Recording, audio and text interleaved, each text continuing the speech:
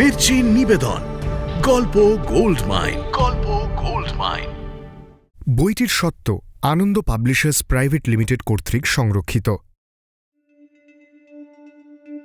শুনছ খিদে, তোমার পোলাডারে এখন স্কুলে পাঠাইবা না। দেখতে তো পাচ্ছ কি হইতাছে। শেষে কি প্রাণ নিয়ে টানাটানি শুরু হব? এটা শুধু শুধু মুসলমানদের নামে বদনাম দেবার চেষ্টা। অত ভয় থাকে তো চলে যাও না হিন্দুস্তানে। কে ধরে রেখেছে?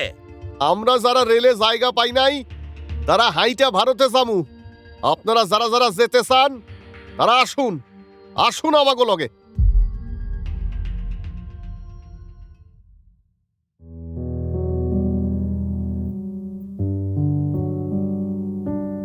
মির্চি গল্প গোল্ড মাইনে আপনাকে স্বাগত। মণিমাণিক্যে ভরা বাংলা সাহিত্যের কিছু কালোজয়ী উপন্যাস ও গল্প দিয়ে সাজানো আমাদের এই মির্চি গল্প গোল্ড মাইন। সুনীল গঙ্গোপাধ্যায়ের উপন্যাস অর্জুন, ভালোবাসার ভাঙাগড়ার গল্প, পর্ব 2।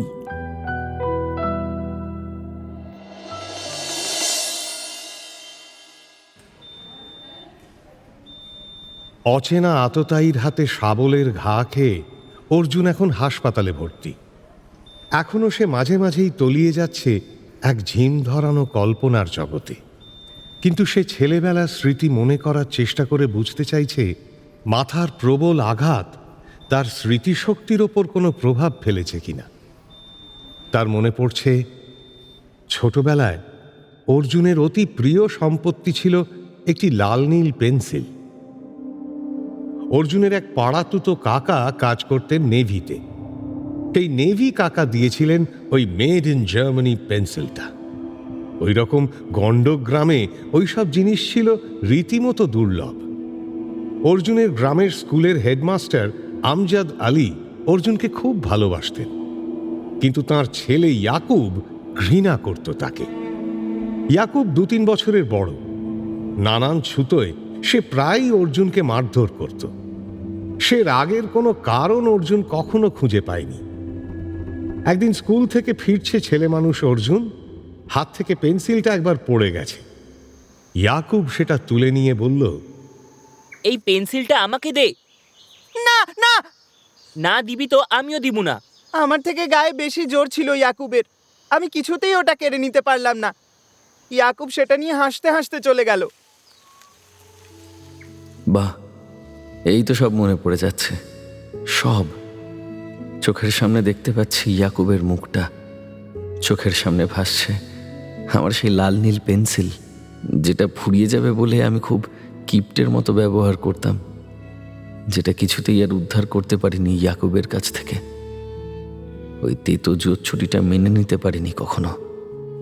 বাড়িতে ফিরে বাবাকে বললাম কথাটা। বাবা বললেন, নিয়েছে সামান্য একটা পেন্সিল তো। প্রতিবেশী কাকা জ্যাঠা সবার কাছে আমি তাই নিয়ে অভিযোগ করেছিলাম। সবাই বলেছে, থাক, ওই নিয়ে আর ঘাটাঘাটি করে কোনো লাভ নেই। আমজাদ আলী শুধু হেডমাস্টার নন, ইউনিয়ন বোর্ডের প্রেসিডেন্ট। তার ছেলে যেরকম গুন্ডামি করবে এটাই তো স্বাভাবিক। আগেকার দিনে জমিদারের ছেলেদের মুখে কেউ কথা বলতে পারত? জমিদারের ছেলেরা কেউ কিছু চাইলে কেউ না বলার সাহস পেয়েছে? এরাই তো আজকালকার নতুন জমিদার।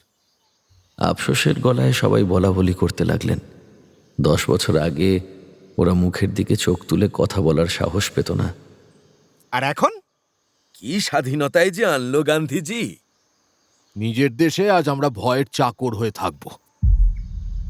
আমার অভিমান ক্ষুব্ধ মুখের দিকে তাকিয়ে বাবা বলেছিলেন, থাক, ওটা গেছে, তোকে আমি আর একটা কিনে দেব। মিথ্যে সান্ত্বনা দিয়েছিলেন বাবা। আমাকে আর কোনোদিনও তিনি লাল নীল পেন্সিল কিনে দেননি। অভিমানে আমার চোখ ঝাপসা হয়ে আসত। রহস্যময় বিদেশের গন্ধমাখা সেই লাল নীল পেন্সিলের শোক আমাকে সর্বক্ষণ ছেয়েছিল। আমি ছেলেবেলায় অনেক কিছুই পাইনি। আমাদের স্কুলের সামনে বিক্রি হতো লম্বা লম্বা লাঠি লজেন্স। কেনার পয়সা ছিল না আমার। লস্কর বাড়ির ছেলেরা সেই লজেন্স আমাকে দেখিয়ে দেখিয়ে খেত। ইয়াকুব, বশির ওরা রয়্যাল গুলি দিয়ে খেলত। আমি একটাও রয়্যাল গুলি কিনতে পারিনি। দাদা আমাকে জম্বুরা মানে বাতাবি লেবু দিয়ে খেলার বল বানিয়ে দিত। শওকতের চাচা তার জন্য ঢাকা থেকে এনে দিয়েছিল চেন বসানো নাইলনের সবুজ গেঞ্জি। কি সুন্দর দেখাতো ওকে। আমি পড়তাম বাড়িতে মায়ের সেলাই করা ফতুয়া। কিন্তু আমার দুটি মাত্র সম্পদ ছিল, মাউথ অর্গান আর ওই লাল নীল পেন্সিল। তাও ইয়াকুব কেন নেবে? কত লোককে যে আমার পেন্সিল হারাবার কথা বলেছিলাম, কেউ কিচ্ছু করেনি। ক্লাসে হেড স্যার আমাদের ইংরেজি পড়াচ্ছেন, আমি ম্লান মুখে বসে আছি। ক্লাসে উনি আমাকে পড়া জিজ্ঞেস করতেন সবার শেষে, অন্য কেউ বলতে না পারলে জিজ্ঞেস করতেন আমায়। রাইনোসেরাস বানান কেউ বলতে পারছে না। হেড স্যার আমাকে বললেন, তুমি বলে দাও তো অর্জুন। আমি ঘাড় গোঁজ করে বললাম, আমি জানি না। ক্লাসের সব ছেলে জানে, হেড স্যারও জানেন, ওই বানান আমার কাছে জল ভাত। কনসিয়েন্স কিংবা হাইজিন বানানো আমি কখনো ভুল করি না, রাইনোসেরাস তো সোজা। হেড স্যার অবাক হয়ে জিজ্ঞেস করলেন, পারবে না? চেষ্টা করো। না, আমি বলবো না। হেড স্যার আমার কাছে এগিয়ে এলেন, আঙুল দিয়ে আমার থুতনি উঁচু করে কঠিন গলায় বললেন, কেন বলবে না কেন? আমাদের হেড স্যারকে আমরা সবাই খুব ভয় করতাম। রেগে গেলে বেত দিয়ে মারতেন, কিন্তু আমি তখন ভয় পাইনি। শিশু বয়সে অভিমান থেকে যে জেদ জন্মায়, তার মতন বেপরোয়া আর কিছুই নেই। বাড়ির সবাই বলে দিয়েছিলেন পেন্সিলের ব্যাপারটা নিয়ে উচ্চবাচ্য না করতে, তবু আমি ঝাঁঝের সঙ্গে উত্তর দিলাম, ইয়াকুব আমার পেন্সিল নিয়েছে কেন? অভিমানে আমার কণ্ঠস্বর জড়িয়ে গিয়েছিল। তাছাড়া কথাটা আমি এমন অপ্রাসঙ্গিকভাবে বলেছিলাম যে হেড স্যার প্রথমে বুঝতে পারেননি। তিনি ভুরু কুঁচকে বললেন, পেন্সিল কি হয়েছে? পেন্সিল? আমার পাশে বসেছিল জগন্নাথ। সে আমার জামা ধরে টানছিল যাতে আমি আর কিছু না বলি। ইয়াকুবকে সবাই ভয় পেত। আমি বললাম, আমি স্কুলে আর পড়বো না। কেন? ইয়াকুব আমার পেন্সিল কেড়ে নিয়েছে। আমজাদ আলী খানিকক্ষণ গুম মেরে রইলেন। তারপর ইয়াকুবকে ডেকে আনলেন ব্ল্যাকবোর্ডের কাছে। ইয়াকুব রক্তচক্ষু মেলে তাকিয়ে আছে আমার দিকে। এক ক্লাস ছেলের সামনে হেড স্যার বললেন, ওই ছেলেটা শুধু চোর নয়, মিথ্যেবাদী। আমাকে বাড়িতে মিথ্যে কথা বলেছে। চুরি করার চেয়েও মিথ্যে কথা বললে বেশি গুনাহ হয়। এর শাস্তি পাওয়া উচিত। অর্জুন, তুমি এসে এর কান মুলে দাও। ইয়াকুবের কান মুলে দেওয়ার কোনো ইচ্ছে আমার ছিল না। আমি শুধু পেন্সিলটা ফেরত চেয়েছিলাম, কিন্তু আমজাদ আলী আমাকে বাধ্য করলেন। আমি কোনো রকমে শুধু ইয়াকুবের কানটা ছুঁয়ে দিলাম। তার ফল ভালো হয়নি। এই নিয়ে সারা গ্রামে হৈ হৈ পড়ে যায়। 1950 সালে পাকিস্তানে একটি হিন্দুর ছেলের পক্ষে মুসলমান ছেলের কান মুলে দেওয়া ছিল সাংঘাতিক ঘটনা। আমাদের বাড়ির সবাই বেশ কিছুদিন ভয়ে ভয়ে কাটিয়েছিল। সেই ঘটনার 2-3 দিন পর স্কুল থেকে ফেরার পথে ইয়াকুব এবং আরও 4-5 জন ছেলে এসে আমার সেই লাল পেন্সিল, মাউথ অর্গান ও বই খাতা সব কেড়ে নেয় এবং শাসিয়ে দেয়, এ কথা যদি ওর বাবাকে আবার বলি তাহলে তারপর পাট ক্ষেতের মধ্যে আমার লাশ দেখবে আমার বাবা মা। 5 জন ছেলে মিলে আমার কান মুলে মুলে কান দুটো লাল করে দিয়েছিল। বামুনের ছেলের কান মুলে ওরা যে আনন্দ পাচ্ছে সে কথাও জানাতে ভোলেনি। তারপর আমাকে ধাক্কা মেরে মাঠের মধ্যে ফেলে দিয়ে মাউথ অর্গানটা বাজাতে বাজাতে চলে গেল। আমাদের পল্লীটার নাম ছিল পুরান বাড়ি। 7-8টি পরিবার নিয়ে একটি পাড়া। সেই পুরান বাড়ির প্রবীণরা ঘটনাটা শুনে আমাকে আর 1 মাস স্কুলে যেতে দিলেন না। শুনছ খিদে, তোমার পোলাডারে এখন স্কুলে পাঠাইবা না। দেখতে তো পাচ্ছ কি হইতাছে। শেষে কি প্রাণ নিয়ে টানাটানি শুরু হব। 11 বছরের একটি ছেলেকে জোর করে বাড়িতে আটকে রাখা, তার সঙ্গে এই নিয়ে কারোর সঙ্গে কোনো রকম কথা বলতে নিষেধ করে দেওয়া। আমজাদ আলী ভালো লোক হলেও তার এক ভাই মুসলিম লীগের পান্ডা। সবাই তাকে ভয় পায়। পূর্ব বাংলায় তখন মুসলিম লীগের দারুণ প্রতাপ। মুসলিম লীগই পাকিস্তান সৃষ্টি করেছে বলে তারাই তখন হর্তাকর্তা বিধাতা। মুসলিম লীগের পাণ্ডাদের ভয় পায় না এমন লোক হিন্দু মুসলমানের মধ্যে কেউ ছিল না ওখানে। ভয় পেয়ে আমাদের প্রবীণদের তখন আর ন্যায় বিচার চাইবার সাহসটুকুও নেই। দেশভাগ হবার ফলে অনেকে অনেক কিছু হারিয়েছে। কত লোক হারিয়েছে প্রাণ, কত লোক হারিয়েছে যথা সর্বস্ব। আমি যদি বলি আমি হারিয়েছি আমার ওই পেন্সিল আর মাউথ অর্গানটা, তাহলে হয়তো অদ্ভুত শোনাবে, কিন্তু ওই দুটিই ছিল আমার সম্পদ। আমি হারিয়েছি আমার ছেলেবেলার লাল নীল রূপলি স্বপ্ন। আমাদের গ্রামে কখনো দাঙ্গা হতে দেখিনি। গ্রামে দাঙ্গা হয় না, দাঙ্গা হয় শহরে।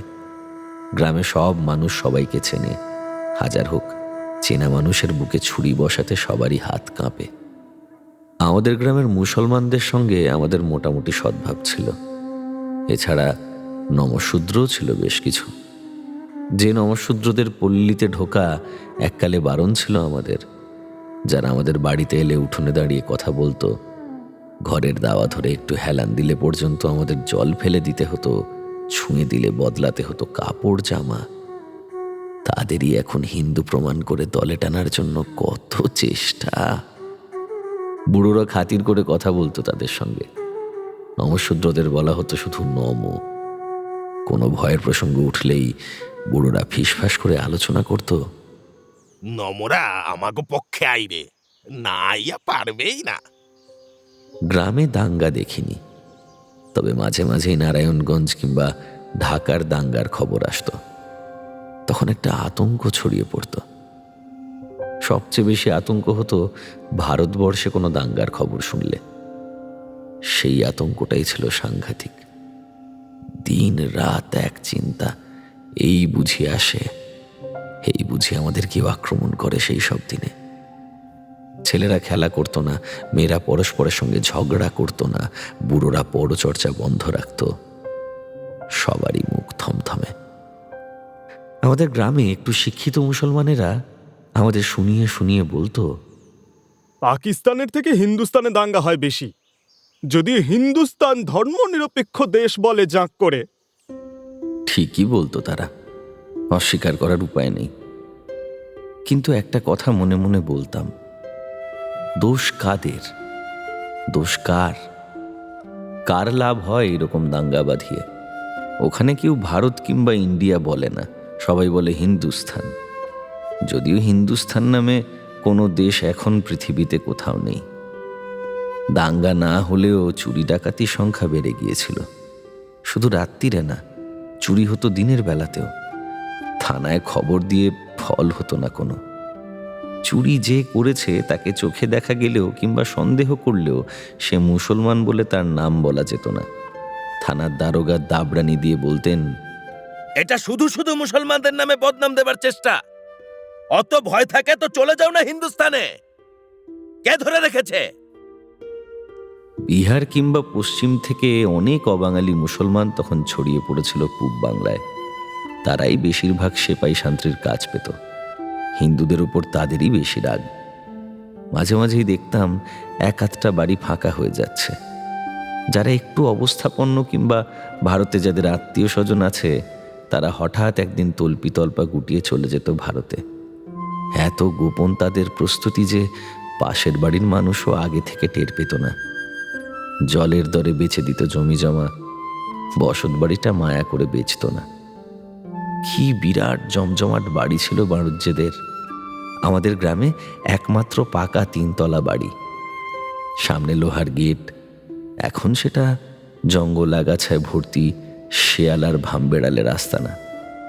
ওদের বাগানে কত রকম ফলের গাছ ছিল, টিয়াঠুটি আম, কাঁচা মিঠে আম, লিচু, জামরুল, গোলাপ জাম, কামরাঙা, পেয়ারা ছিল 7-8 রকম। পুকুরে পানি ফলের চাষ হতো।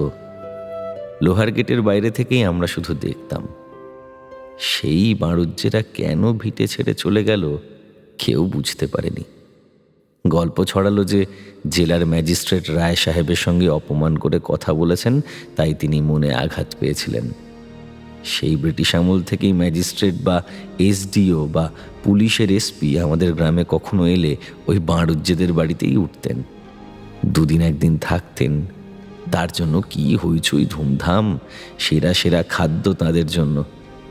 গ্রামে যার বাড়িতে ম্যাজিস্ট্রেট বা এসপি উঠবেন তার পক্ষে সেটা একটা বিরাট সম্মানের ব্যাপার ছিল।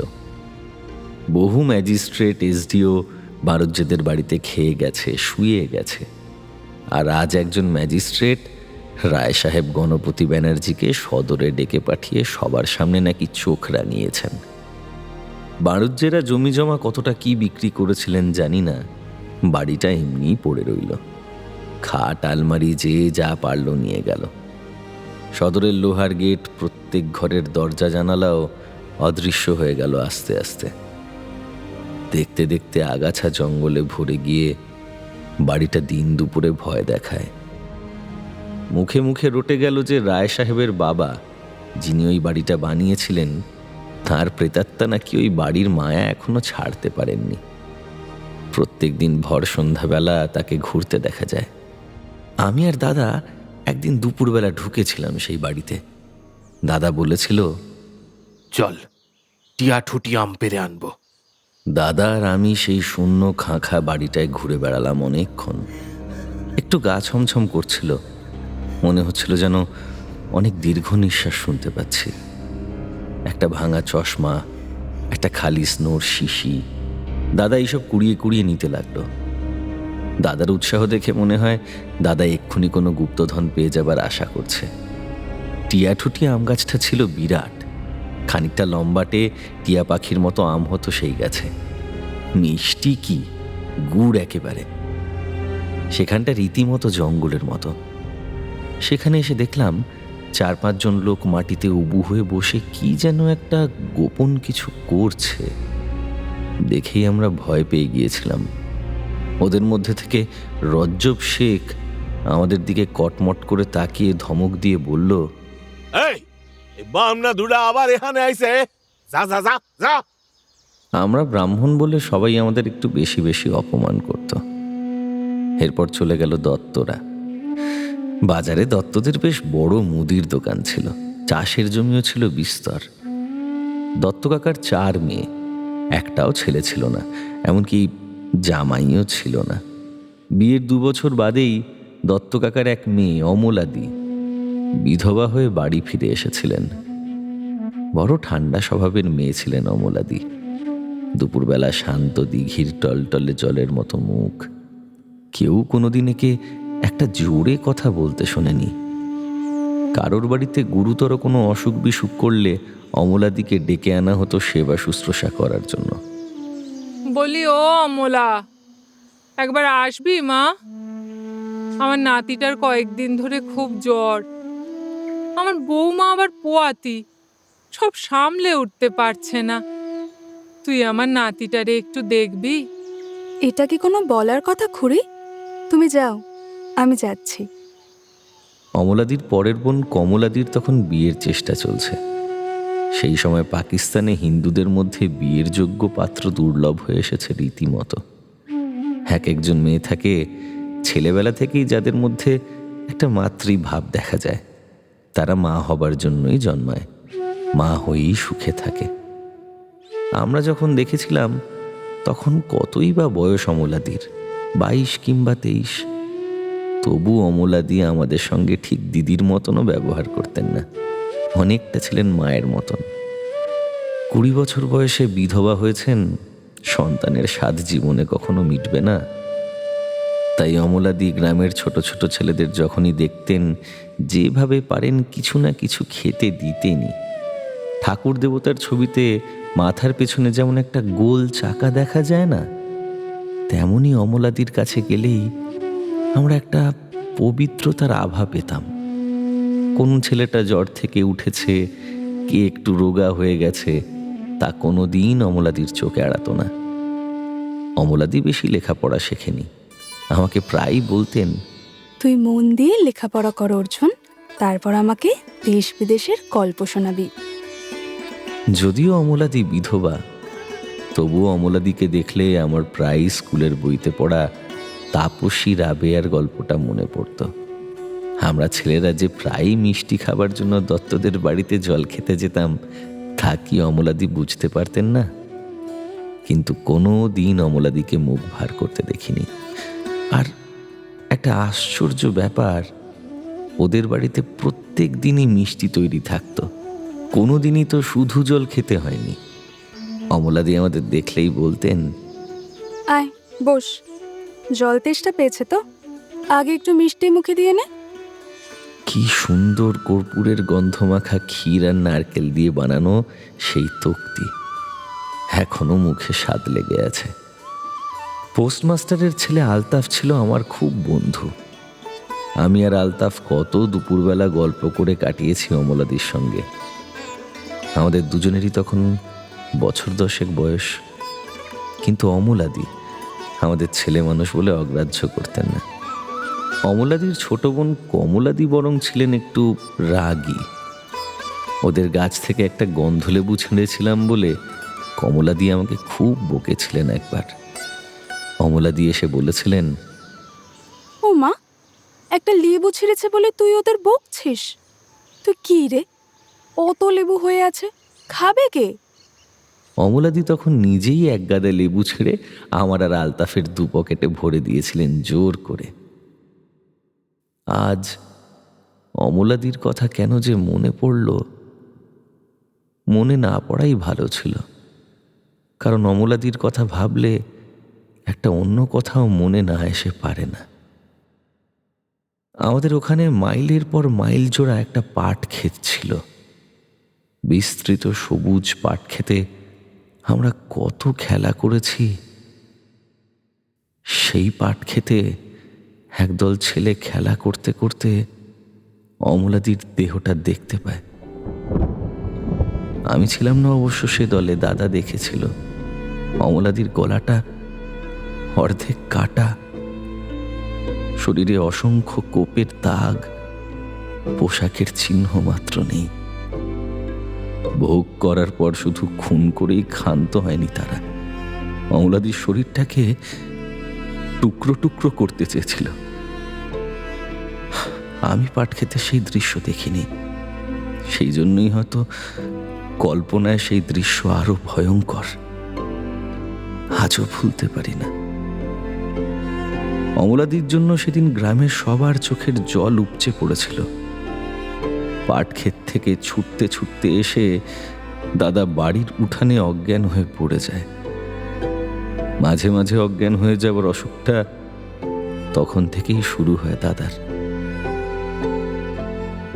অমলাদি, আমি আজ অনেক পড়াশোনা শিখেছি, কিন্তু তোমাকে কোনো গল্প শোনাতে পারলাম না। এর 15 দিন পরই দত্তরা দেশ ছেড়ে চলে যায়। মাদারীপুরে বিহার থেকে আসা যেসব রিফিউজি বাসা বেঁধেছিল, যারা মাঝে মাঝে আমাদের গ্রামে এসে রক্তচক্ষে তাকাতো, তাদের ওপরেই দোষ চাপিয়েছিল সবাই। পুলিশ অবশ্য কিছুই করেনি। দত্ত কাকা তার বউ আর মেয়েদের নিয়ে কোথায় চলে গেলেন। রয়ে গেলেন ঠাকুমা আর ঠাকুরদা, 2 বুড়ো বুড়ি। ওরা নিজেদের ভিটেতেই মরতে চান। কোনো কোনো দিন খাল ধারে গেলে দেখেছি ঠাকুরদা বেগুন খেতে জল দিচ্ছেন, রান্নাঘরের দাওয়ায় বসে দিকশূন্য চোখে তাকিয়ে আছেন ঠাকুমা, মৃত্যুর প্রতীক্ষা করছেন। ওদের দেখলেই আমার কিরকম গলা শুকিয়ে আসত। কিন্তু ও বাড়িতে আর কোনো দিন জল খেতে যায়নি। এইরকমভাবে একে একে চলে যায় সরকাররা, মিত্তিররা, রায়েরা। দাবার ঘুঁটির মতন এক একজন উঠে যায় গ্রাম থেকে। কিন্তু আমরা তো খুব গরিব ছিলাম, আমাদের কোথাও থাকার জায়গা ছিল না।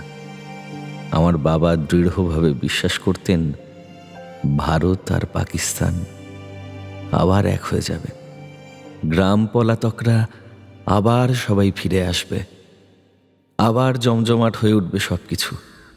বাবা সবাইকে শুনিয়ে শুনিয়ে বলতেন, ঋষি অরবিন্দ বলেছেন আর বেশি দিন নয়, উইদিন 1957 এক হয়ে যাবে সব। হিন্দু মুসলমান কোলাকুলি করে বলবে past is past. In future আমরা সবাই ভাই ভাই। বোর্ড স্কুলের শিক্ষক ছিলেন, কথায় কথায় ইংরেজি বলার দুর্বলতা ছিল তার, স্পষ্ট মনে আছে। আমার বাবার মাইনে ছিল 32 টাকা, তাও সব মাসে পেতেন না। গ্রাম থেকে অনেকে চলে যাওয়া শুরু করলে প্রথম প্রথম প্রবীণ মুসলমানরা এসে দুঃখ করত। তাদের অনেককেই আমরা দাদা চাচা বলতাম। তারা বলতো, দাদা ঠাকুর, আপনারা চলে যাচ্ছেন কেন? আমাদের মধ্যে তো কোনো ঝগড়াঝাটি নেই, আমরা মিলেমিশে থাকবো। আমরা থাকতে আপনাদের গায়ে কেউ হাত ছোঁয়াতে পারবে না। আপনারা ভয় পেয়ে চলে গেলে হারামজাদারা আরো বেশি জুত পাবে। অনেক বৃদ্ধকে চোখের জল ফেলতে দেখেছি পর্যন্ত। তবে ওই হারামজাদারা যে কারা তা ঠিক বোঝা যায়নি কখনো। হিন্দুদের জমি বিক্রি করা যখন বন্ধ হয়ে গেল, তখন অবস্থাটা বদলে গেল আরো খানিকটা। সাধারণ মানুষের মধ্যেও একটু একটু করে লোভ জাগতে লাগলো। ভয় পেয়ে যদি হিন্দুরা বাড়ি ঘর ছেড়ে পালায়, তাহলে তাদের জমিটমি অনায়াসেই দখল করে নেওয়া যায়। বেশিরভাগ মুসলমান চাষী অতি গরিব, আধপেটা খেতে পাওয়া মানুষ। বিনা পয়সায় জমি দখলের লোভ তারা কতদিন চেপে রাখতে পারবে? দোষ ওদের নয়, তাদের, যারা ওই লোভের কারণ সৃষ্টি করেছিল। অবাঙালি মুসলমানরা এ ব্যাপারে ক্রমশ উত্তেজনা সৃষ্টি করতে লাগলো। মাদারীপুরের মুসলমান উদ্বাস্তুরা একদিন হই হই করে এসে কয়েকটা বাড়িতে ঢুকে পড়ল। ভারুজ্জে বাড়িটা আবার ভরে গেল মানুষজনে। বাজারের কাছে সেনগুপ্তদের বাড়িটা এসেছিলেন রফিকুল আলম বলে এক ভদ্রলোক এবং তার পরিবার। ওরা এসেছিলেন সম্পূর্ণ আইনসম্মতভাবে। আলম সাহেব নিজে উকিল। ওর বাড়ি ছিল হুগলির কোনো এক গ্রামে। সেটা সেনগুপ্তদের সঙ্গে বদলা বদলি করেছিলেন। আলম সাহেবকে কোনো ক্ষতি সহ্য করতে হয়নি, কিন্তু উনি একেবারে আগুন ছড়াতে লাগলেন। চতুর্দিকে বলে বেড়াতে লাগলেন, হিন্দুস্তানে ইসলাম একেবারে বিপন্ন। মুসলমানদের রাস্তাঘাটে পর্যন্ত বেরোবার উপায় নেই। হিন্দুরা তাদের দেখলেই কচু কাটা করে, পুলিশটা পর্যন্ত তাদের দেখলেই গুলি চালায়। আপনারা পাকিস্তানের বেতার শুনলেই তা বুঝতে পারবেন। আপনারা তো আমেরিকান কোম্পানির সস্তা রেডিও কিনেছেন, শোনেন সেখানে কি কয়। তারা কয় যে ভারতবর্ষ একটা পশুর রাজ্য, হানাহানি ছাড়া সেখানে কোনো কথা নেই। এই প্রচারে আতঙ্কিত হয়ে আমার বাবা কাকারা সবাই মিলে বটতলায় এক সভা করে ভারতের হিন্দুদের আচরণের তীব্র নিন্দে করে এক প্রস্তাব নিয়ে ফেললেন পর্যন্ত। বন্ধুগণ, ভারতে মুসলমানদের ওপর যা চলছে আমরা সর্বান্তকরণে তার নিন্দা করি। অন্যায়কে অন্যায় বলতে হবে। আমরা হিন্দু হয়েও হিন্দুদের এই আচরণ সমর্থন করতে পারি না। কিন্তু ওসব হলো ঘটি দিয়ে বন্যার জল সেঁচে ফেলার চেষ্টা। আমার সব মনে আছে, আমি কিছুই ভুলিনি। আমার স্মৃতি বিভ্রম ঘটেনি। আমি শুয়ে আছি কলকাতার এক হাসপাতালের খাটে। কিছুক্ষণ আগে শুক্লা আমার সঙ্গে দেখা করে গেছে। সকালে এসেছিল হারান্দা, দিব্য, সুখেন ওরা। কাল বিকেলে নাকি লাবণ্য আর বিশ্বনাথ কাকাও এসেছিলেন, কিন্তু তখন আমি ঘুমিয়েছিলাম। মাথা জোড়া প্রচণ্ড ব্যান্ডেজ, আমার হাত দুটো স্ট্র্যাপ দিয়ে বাঁধা। মাথার মধ্যে যে কি অসম্ভব চুল করছে, কি বলবো। নার্স, নার্স, আমার হাত দুটো খুলে দিন না, নইলে ব্যান্ডেজ খুলে আমার মাথাটা আপনি একটু চুলকে দিন না। আপনার কাছে চিরকৃতজ্ঞ হয়ে থাকবো। হাসপাতালের বেডে শারীরিক অস্থিরতার মধ্যে শুয়ে অর্জুন তার জীবনের নানান কথা মনে করার চেষ্টা করে। বাবা মারা যাওয়ার পর মাথা ন্যাড়া করতে হয়নি আমাকে। বাবার শ্রাদ্ধ করতে পারিনি আমরা।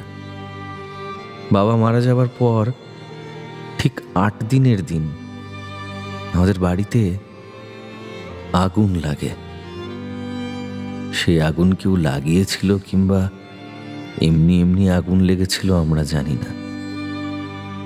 মাঝরাত্রিরে দাউ দাউ করে জ্বলে উঠেছিল আগুন। আমাদের বাড়ি ছিল মাটির ভিত, টিনের দেওয়াল আর খড়ের চাল, একটু সিমেন্ট বা লোহার চিহ্ন ছিল না। বাঁশের খুঁটি আর নারকোলের দড়ির বাঁধন। আগুন একবার লাগলে যতুগৃহের মতন জ্বলে যায়। বাবা মারা যান সন্ন্যাস রোগে। রাত্রে ঘুমিয়ে পড়ে সকালে আর জাগেননি একদিন। গ্রামের কিছু লোক আমাদের সাহায্য দিয়েছিলেন। আমরা কোনো রকমে বাবার শ্রাদ্ধের আয়োজন করেছিলাম, কিন্তু 11 দিনের আগেই আগুন লাগলো। আগুন লাগার পরদিনও আমরা সেই ধ্বংসস্তূপের মধ্যে আবার সংসার সাজাবার চেষ্টা করেছিলাম। কালা শৌচের সময় স্থান ত্যাগ করতে নেই বলে মা এখানেই আমাদের জন্য মালসায় করে ভাতে ভাত ফুটিয়ে দিয়েছিলেন। সেদিন রাত্রিরে গ্রামের আরও 6খানা বাড়িতে আগুন লাগলো একসঙ্গে। ভোর হতে না হতেই আমরা দলকে দল বেরিয়ে পড়লাম। বাতাবি লেবু গাছটায় আগুনের ছোঁয়া লাগেনি, সেটা আগা গোড়া ফলে ভরে আছে। অর্জুনের মনে পড়ে যায় সেই দিনটার কথা, যেদিন তারা তাদের পূর্ববঙ্গের গ্রাম ছেড়ে চুপি চুপি বেরিয়ে পড়ল। ছেড়ে এলাম। আমার আর দাদার কাঁধে দুটো পোটলা। মা আমাদের দুজনের হাত শক্ত করে ধরে আছেন। একটুখানি এসেই জীবন চক্রবর্তীদের একদা বিখ্যাত সেই লেবুর বাগান এখন প্রায় জঙ্গল হয়ে আছে। বড় বড় গন্ধলেবু আর গন্ধরাজ ফুলের গাছ মিলে মিশে আছে এখানে। সন্ধেবেলা ওই বাগানের পাশ দিয়ে হাঁটলেই কি তীব্র মোহময় গন্ধ পেয়েছি। সন্ধ্যের পর এখানে বেরোতো ঝাঁক ঝাঁক জোনাকি। স্বর্গের দৃশ্য কি এর চেয়ে ভালো? গাছ থেকে লেবু ছিঁড়লে খুব রাগ করতো জীবন চক্রবর্তী। খড়ম নিয়ে তাড়া করে আসতো। এই কে ওখানে? তবে রে দেখাচ্ছি মজা। এই খড়মের বাড়ি পড়লে বুঝবি। কতদিন সকালবেলা মা আমাদের জন্য পান্তা ভাত বেড়ে দিতেন। আমি আর দাদা ছুটতে ছুটতে এসে কয়েকটা লেবু পাতা ছিঁড়ে নিয়ে যেতাম। সেই পাতা দিয়ে চটকে ভাত মাখলেই সুন্দর গন্ধ হতো। কোনোদিন ভুলতে পারবো সে লেবু পাতার গন্ধ? সরু খালের পাশ দিয়ে উঁচু রাস্তা, এক পাশে পাট ক্ষেত, এক পাশে ধান ক্ষেত, খালধারের বেতের ঝোপে বুলবুলির বাসা।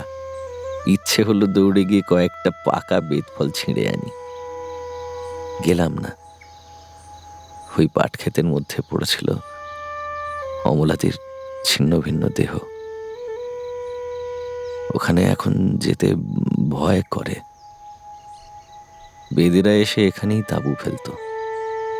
দিনের বেলা এখানে এসে অনেক খানিকটা দূরে রাস্তার বাঁকে বিশাল বট গাছ। এখানে কালী পুজোর দিন খেলা করেছি এককালে। রাত্রিবেলা গা ছমছম করতো একটু।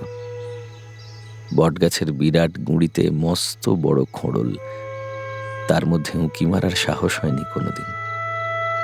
সবাই জানতাম ওর মধ্যে শঙ্খচূড় সাপের বাসা। একবার ওর মধ্যে দুটো জল জলে চোখ দেখেছিলাম। ভামবিড়াল কিংবা খট্টাসের, কিন্তু আমরা বাঘ বলে বিশ্বাস করতেই ভালোবাসতাম। সেই বটতলার কাছেই গ্রামের ছোট্ট শ্মশান। কদিন আগে বাবাকে এইখানে পুড়িয়ে গেছি। এই কদিনে গ্রামের আর কেউ মরেনি। সেই পোড়া কাঠকুটো, ভাঙা হাড়ি এখনো পড়ে আছে। মা বললেন, ওদিকে তাকাসনি, ওদিকে তাকাসনি, তাড়াতাড়ি চল। বাবার জন্য শোক করার একটুও সময় পাননি মা। আমাদের বাঁচানোই ছিল তখন একমাত্র চিন্তা। পেরিয়ে গেলাম বটতলা। পিতৃদাহের পর হাঁড়ি ভেঙে শ্মশানের দিকে আর পিছন না ফিরে চলে যেতে হয়। আমরাও চলে যাচ্ছি এক শ্মশান ছেড়ে। আর পেছনে তাকাবো না। ভালো করে আলো ফোটেনি, জাগেনি গ্রামের লোকজন, চাষিরাও মাঠে আসেনি। আমরা ফেলে গেলাম শিব মন্দির, সুপুরি বাগান, ঈশান দিঘি। ওই দিঘিতে আমি প্রথম সাঁতার শিখেছিলাম। রায় সাহেব গণপতি বাণুজ্যের বাড়িতে এখন অনেক নতুন মানুষ। বাড়ির লোকজনও কেউ জাগেনি এখনো। আমাদের কেউ দেখতে পেল না, কিন্তু একজনকে ফাঁকি দিতে পারলাম না। আমাদের হেডমাস্টার আমজাদ আলী প্রত্যেক দিন ব্রাহ্ম মুহূর্তে একটা নিম ডাল ভেঙে দাঁতন করতে করতে খাল পাড়ে বেড়াতে আসতেন। বহুদিনের অভ্যেস। তাঁর মুখোমুখি পড়ে গেলাম। আমাদের দেখে থমকে দাঁড়ালেন হেড স্যার। তার ফর্সা মুখখানা ম্লান গম্ভীর হয়ে এলো। একটুক্ষণ চুপ করে চেয়ে থেকে বললেন, তোমরাও চললা? আমরা চুপ। মা ভয় পেয়ে গেছেন। এখন সবকিছুতেই মায়ের ভয়। আমাদের হাত দুখানা শক্ত করে চেপে ধরলেন। হেড স্যার আমাকে জিজ্ঞেস করলেন, অর্জুন, 1 মাস বাদে তোর পরীক্ষা, পরীক্ষা না দিয়েই যাবি? আমি উত্তর দেব কি? কান্নায় আমার গলা ধরে গেছে। আমি তাকাতে পারছি না ওর দিকে। হেড স্যার সামনে একটু এগিয়ে এসে মিনতি করে বললেন, যাইও না। আমি ডিস্ট্রিক্ট বোর্ডের কাছে লেখা তোমাকে ঘর বানাবার টাকা আদায় কইরা দিমু। রাগ কিংবা অভিমানে জানি না, মা চাপা তীব্র গলায় বললেন, কথা কইস না, কথা কইস না, শিগগির চল, খাড়াইয়া থাকিস না। মা জোরে টানলেন আমাদের। মার কথাও বোধহয় হেড স্যার শুনতে পেলেন। আমরা 2-1 পা এগিয়ে গেলাম। দাদা ঘাড় ঘুরিয়ে শুধু বলল, যাই স্যার। হেড স্যার এক অদ্ভুত ম্লান গলায় কেবল বললেন, যাওন নাই, আসো গিয়া। কথাটা বোধহয় আমজাদ আলী অভ্যাসবশতই বলেছিলেন। যাবার সময় যাই বলতে নেই, বলতে হয় আসছি। কিন্তু আমরা আর কোনো দিন ফিরে আসব না। সেই ধান খেতে কই মাছ ধরা দুপুর, ভাতে লেবু পাতার গন্ধ, বট গাছের তক্ষকের ডাক, সাঁতার কেটে স্কুল যাওয়া, ভূতের ভয়ে গা ছমছমানি, খেজুর গাছে উঠে রস চুরি করা, অমলাদির হাত থেকে মিষ্টি খাওয়া, হরতকি গাছের নিচে গোসাপের দেখা পাওয়া, এই সব মিলিয়ে আমার যে জন্মভূমি, তাকে ছেড়ে এলাম।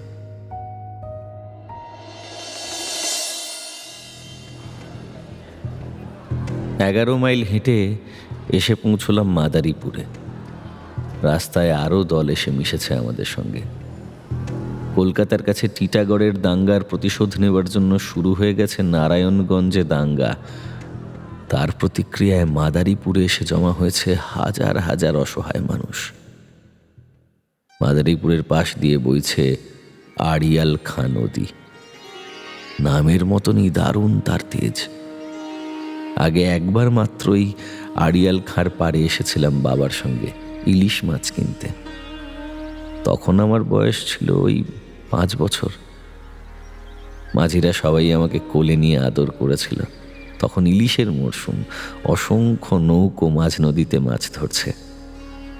বাজারহাট ইলিশ মাছের 6 লাভ একেবারে। বাবা 2 আনা দিয়ে একটা 1.5 সেরি ইলিশ কিনলেন। মাঝিরা একটা ছোট্ট ইলিশ ফাও দিয়ে দিল আমাকে। বলেছিল, ঠাকুর ভাইরে এটা আস্ত ভাজা খাইতে দেবেন কর্তা। এবার আড়িয়াল খাঁর কিনারে বসে রইলাম স্টিমার ধরার জন্য। 36 ঘন্টা সেখানে বসেছিলাম। প্রথম স্টিমারটায় আমরা উঠতে পারিনি। নদীর ধারে খোলা মাঠে আমরা শুয়েছিলাম। খিদে পেলে চিঁড়ে চিবিয়েছি। আমরা ব্রাহ্মণ, অত লোকজনের ছোঁয়াছুঁয়ির মধ্যে আমাদের ভাত খেতে নেই। নইলে আমাদের সঙ্গেই কিছু আতপ চাল ছিল। 2-3 দিনের মধ্যে অবশ্য আমাদের ওসব সংস্কার ধুয়ে মুছে গেছে। স্টিমার ঘাটায় অত মানুষ, কিন্তু কোনো ঠেলাঠেলি নেই, চেঁচামেচি নেই। সবাই কেমন নিঝুম হয়ে বসে আছে, এক দৃষ্টিতে তাকিয়ে আছে নদীর দিকে, কখন স্টিমার আসবে। তাকিয়ে থাকতে থাকতে আমার চোখ ব্যথা হয়ে গিয়েছিল। এ কথাও ঠিক, আমার তখন 11 বছর বয়স। দেশ ছাড়ার দুঃখ আমার ঠিক তেমন করে বাজেনি। স্টিমারে চেপে একটা কোনো দূর দেশে যাবার উত্তেজনাও ছিল। আড়িয়াল খাঁ নদীর নামে কোনো পবিত্রতার সুনাম নেই, বরং বন্যায় পাড় ভাঙা আর নৌকো ডাকাতির জন্যই এর নামের সঙ্গে খানিকটা বিভীষিকা মেশানো ছিল। তবু মা আমাদের সেই নদীর ধারে বসিয়েই বাবার নাম করে শ্রাদ্ধপিণ্ড দেওয়ালেন। মাথা ন্যাড়া করা হলো না। স্টিমার থেকে নেমেছিলাম খুলনায়। সেখানে অসম্ভব ভিড়। 3-4 দিনের মধ্যেও ট্রেনে উঠতে পারিনি। ধৈর্যের শেষ সীমায় পৌঁছে এখানে অনেকেই নিজেদের মধ্যেই গুঁতোগুতি মারামারি শুরু করে দিল। আরে আগে আমরা উঠবো ট্রেনে। না না, আমরা আগে। আরে সরুন না মশাই, জায়গা দিন। আর জায়গা নাই, আর জায়গা নাই। একটা দল ঠিক করলে তারা ট্রেনের ভরসায় না বসে থেকে হাঁটা পথেই রওনা দিয়ে সীমান্ত পার হবে। শোনেন, আমরা যারা রেলে জায়গা পাই নাই তারা হাইটা ভারতে যামু। আপনারা যারা যারা যেতে চান তারা আসুন, আসুন আমাগো লগে। সেই দলে যোগ দিয়ে ভুল করলাম। কি করব, আমাদের তো পরামর্শ দেবার কেউ ছিল না। আমার বয়স 11, দাদার বয়স 17, আর অজানা জায়গায় এসে মার কিরকম ঘোর লাগা অবস্থা। তবু তো মা কম বয়সে একবার কলকাতায় এসেছিলেন, কিন্তু সে আসার সঙ্গে তো আর এ অভিজ্ঞতা মেলে না। পায়ে হাঁটা দলের সঙ্গে কিছু দূর যাবার পর আমরা ওদের হারিয়ে ফেললাম। খুব বিপদে পড়েছিলাম সেই সময়, একেবারে দিশেহারা অবস্থা। অচেনা গ্রাম বা শহরের মধ্যে দিয়ে যেতে যেতে সব সময় ভয় করে। মানুষজন কিরকম অদ্ভুতভাবে তাকায়। যদিও খুলনায় কোনো দাঙ্গা হাঙ্গামার উস্কানি ছিল না সেই সময়, তবে ছিনতাই রাহাজানি চলছিল খুব। অসহায় মানুষদের কাছ থেকে জিনিসপত্র কেড়ে নেওয়া খুব সহজ। অবশ্য আমাদের সে ভয় ছিল না। কেড়ে নেবার মতন আর কিছুই ছিল না আমাদের, ওই প্রাণ ছাড়া। আমাদের প্রাণ বাঁচাবার জন্য মায়ের চোখ দুটো তখন সব সময় পাখির মতন তীক্ষ্ণ। যদিও বিপদটা এসেছিল অন্য দিক থেকে। দুজন লোক আমাদের প্রতি খুব দয়ালু হয়ে পড়ে, আমাদের ডেকে নিয়ে গিয়ে আশ্রয় দিতে চায়। আহারে, কি অবস্থা বাছাদের, দেখলেই বুক মুচড়ে ওঠে। শোনেন, যদি কিছু মনে না করেন তো আমার এই সামান্য গৃহে কয়েকদিন কাটিয়ে যান মা ঠাকুরন। আমি বলছি কি মা ঠাকুরন, আমার বাড়িতেও না হয় কয়েকদিন কাটিয়ে যাবেন। ওখানে একটা ঘর এমনি ফাঁকা পড়ে আছে, সেখানে যতদিন খুশি থাকতে পারেন মা ঠাকুরন। একেবারে নিজের বাড়ি মনে করেই থাকবেন না হয়। লোক দুটির দয়াতে আমরা সন্দেহ করিনি, কিন্তু আমার মায়ের বয়স তখন 34। স্বাস্থ্য খুব ভালো ছিল, রং ভরসা। গ্রামের লোকেরা বলতো রায়চৌধুরী বাড়ির বউটি একেবারে লক্ষ্মী প্রতিমার মতন। কেড়ে নেওয়ার জন্য এটাই যে একটা মস্ত সম্পদ, এটা তখন জানবো কি করে? আশ্চর্য, লোক দুটি বুঝতে পেরেছিল যে আমরা সদ্য পিতৃহীন হয়েছি, সেজন্য সমবেদনাও দেখিয়েছিল খুব। অথচ তারা আমার মায়ের ওপরে লোভ করেছিল।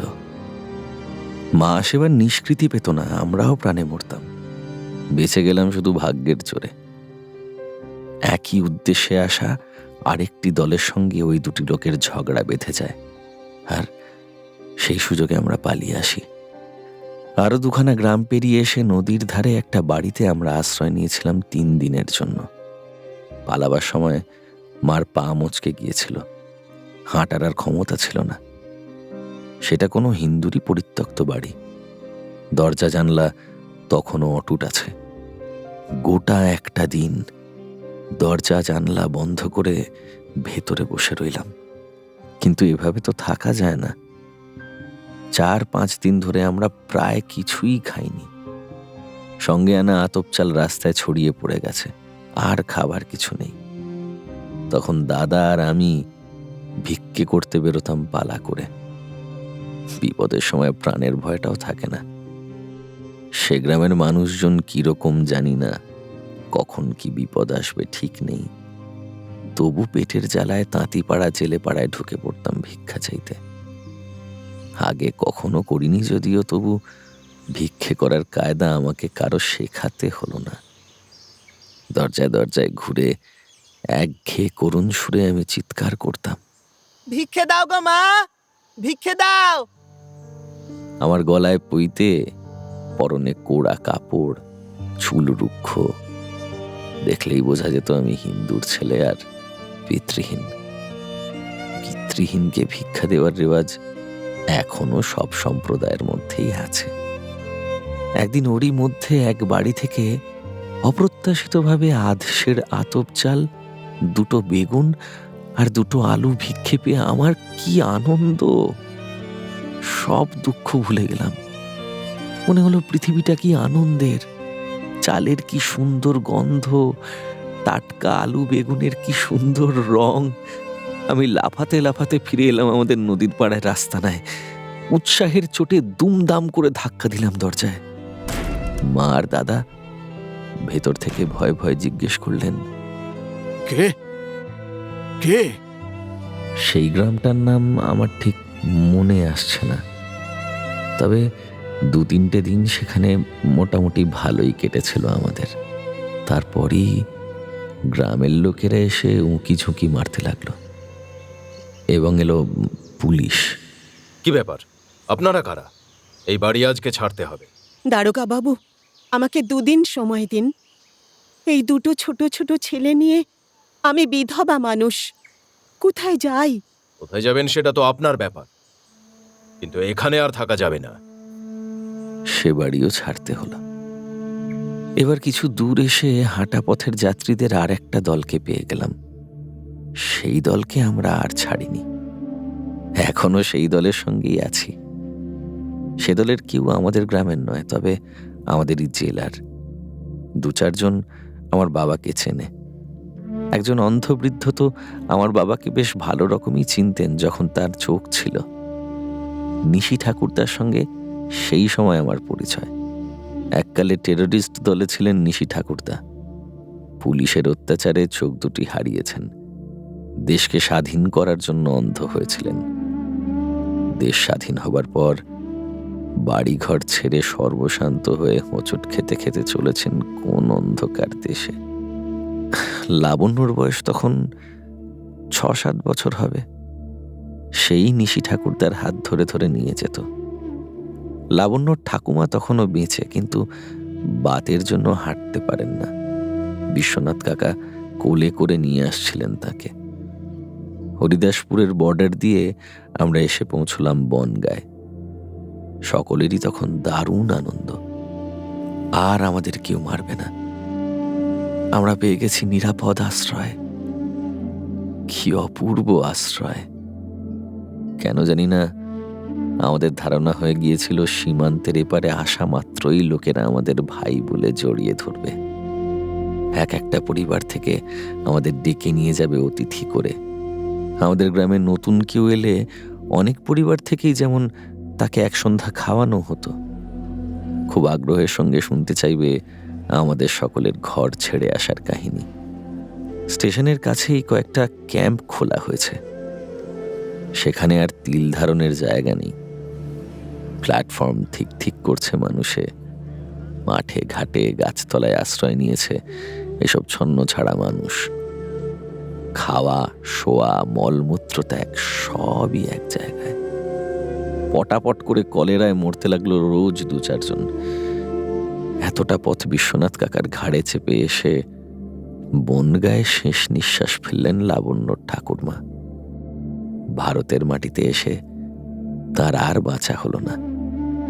রামকৃষ্ণ মিশনের স্বেচ্ছাসেবকরা রোজ খানিকটা চাল আর ডাল আর অত্যন্ত বিস্বাদ বিলিতি গুঁড়ো দুধ বিলি করে, তাই নেবার জন্য কাড়াকাড়ি আর হুড়োহুড়ি। গভর্নমেন্টের লোক প্রত্যেক দিন এসে আমাদের মাথা গুনে যায়। রোজই হিসেবে ভুল হয়। আমরা 2 ভাই আর মা আশ্রয় পেয়েছিলাম প্ল্যাটফর্মেরই এক কোণে। নতুন দেশ, ভালো করে এখানকার ভাষাও বুঝি না। অসহায় অসহায়ভাবে চেয়ে থাকি। বুকের মধ্যে সব সময় খালি খালি লাগে। স্টেশনের ওভারব্রিজে দাঁড়িয়ে স্থানীয় লোকেরা আমাদের দিকে তাকিয়ে দেখে, যেন নতুন ধরনের কোনো জীবজন্তু দেখছে। কেউ আমাদের সঙ্গে এসে কথা বলেনি, কেউ বলেনি তোমরা অতিথি, এসো একবেলা আমাদের বাড়িতে চারটি খাবে। মাঝে মাঝে দু চারজন দয়া দেখাতে আসতো বটে। সন্ধ্যের পর ফিসফিস করে আমাদের চাকরি দেবার প্রস্তাব করত, মাকে দিত নিরাপদ আশ্রয়ের আশ্বাস। সেই লোকগুলোর কারোর চেহারাই স্বাভাবিক নয়, হয় খুব রোগা চিমসে মতন, অথবা খুব মোটা। খোকা এই নাও বলে একটা মোটা লোক একদিন আমার মায়ের দিকে লুব্ধ চোখে তাকিয়ে আমার হাতে একটা রূপোর টাকা গুঁজে দিয়েছিল। কিন্তু তখন আমরা সব বুঝে গেছি, সন্তান হয়েও জেনেছি মায়ের যৌবন ও রূপের মূল্য। আসবার পথে রেল স্টেশনে অনবরত শুনতে হয়েছে নারী হরণ ও ধর্ষণের কথা। সেসব বিভৎস করুণ কাহিনী আমরা ছোট ছেলে হলেও আমাদের কাছ থেকে কেউ লুকোবার চেষ্টা করেনি। সেরকম বোধও কারোর ছিল না তখন। আশেপাশের বেশ কয়েকটি পরিবার থেকেই কয়েকটি যুবতী মেয়ে উধাও হয়ে গেছে। একটি মেয়েকে তো দেখলাম কিরকম উদ্ভ্রান্ত দৃষ্টি, দিন রাত চুইয়ে চুইয়ে কাঁদে। চারজন পশু একসঙ্গে তার উপর অত্যাচার করেছে। তার মা তাকে অনবরত অভিশাপ দেয়। তুই মর মর, মরলি না কেন হারামজাদি? তুই মরলে আমার প্রাণটা জুড়াইতো।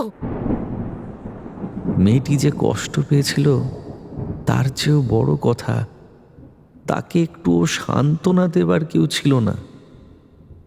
আমি আর দাদা শিকারী কুকুরের মতন সব সময় মাকে পাহারা দিতাম। আমাদের দুজনকে না মেরে ফেলে মাকে নিয়ে যাবার শক্তি ছিল না কারো।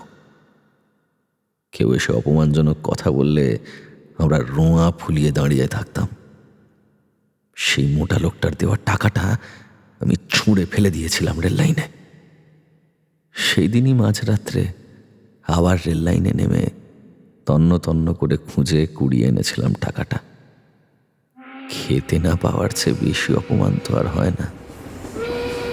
বনগাঁ থেকে আমরা এসে পড়লাম শিয়ালদা স্টেশনে।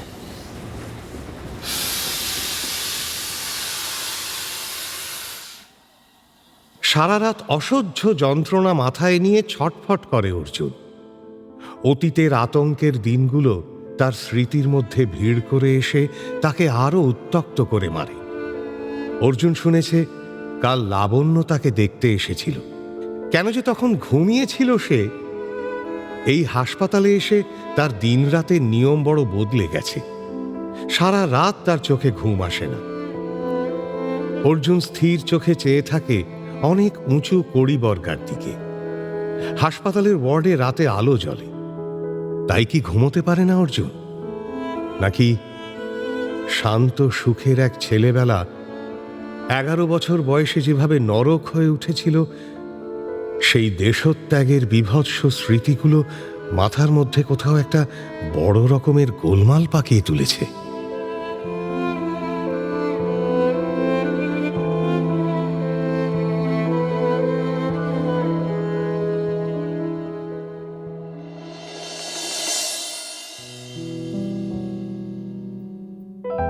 শুনলেন সুনীল গঙ্গোপাধ্যায়ের অর্জুন। আজ শুনলেন পর্ব 2। নাট্যরূপ অর্পিতা চট্টোপাধ্যায়, উপস্থাপনায় শিবাশিস বন্দ্যোপাধ্যায়, পরিচালনায় দেবলীনা আচার্য, বিশেষ তত্ত্বাবধানে সৌভিক গুহ সরকার, সৃজনশীল পরিচালনায় ইন্দ্রাণী চক্রবর্তী, প্রযোজনায় ভিজুয়াল অডিও।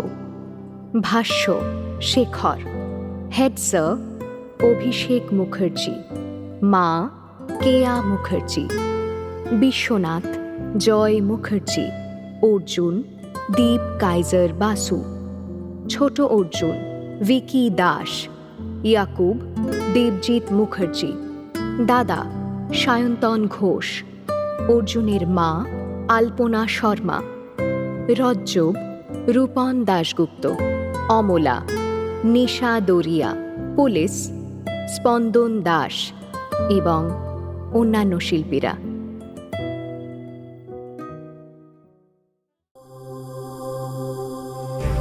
মির্চি নিবেদন গল্প গোল্ড মাইন। গল্প গোল্ড মাইন।